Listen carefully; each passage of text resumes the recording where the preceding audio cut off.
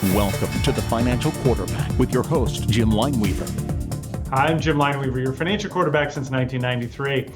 Today I have Jerry Herman with me, an award-winning CFA and the head of our investment committee.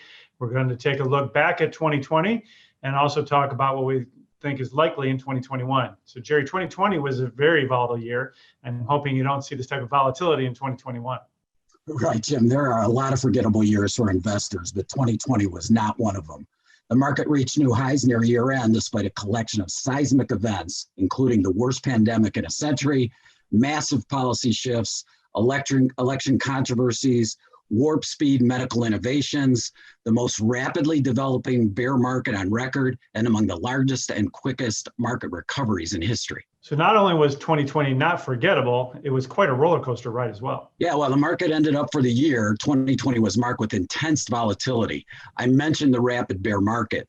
According to BlackRock Research, we had the fastest developing bear market in 70 years.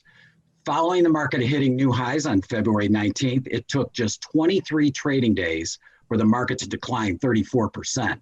In March alone, the market was up or down more than 4%, 8 consecutive days. So in comparison, there were only 6 such days in the entire year of 1929 during the Great Depression, and the annual average of plus or minus 4% days over the past 90 years is just 3.2 days. Right. And from the low, the market actually rallied over 65% to new highs. By year end, the S&P 500 was up 18.4%, well above historic averages.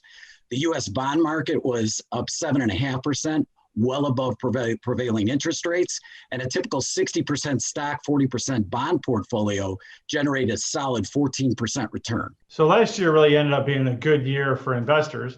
But what themes do you see playing out in 2021? Well, looking into 2021, challenges remain, but there are some reasons to be optimistic. The number of COVID cases has been rising, but vaccine deliveries have begun. Additional stimulus is coming, and policies remain supportive of growth.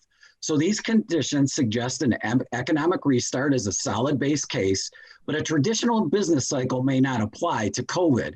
In economic terms, it may act more like a recovery from a natural disaster. What do you see recovery being driven by? Well, conditions for equities appear favorable with opportunities we think in small cap companies, certain cyclicals and emerging markets. A willingness of central banks to let economies run hot actually suggests higher growth and the potential for higher inflation in 21 and 22. Thanks, Jerry. This is great insight. And with your help, we made 5 adjustments to our portfolio in 2020 that were very proactive. If you'd like a second opinion on your portfolio and want us to help you get set up for a successful 2021, give us a call. Here's Chris Wallace.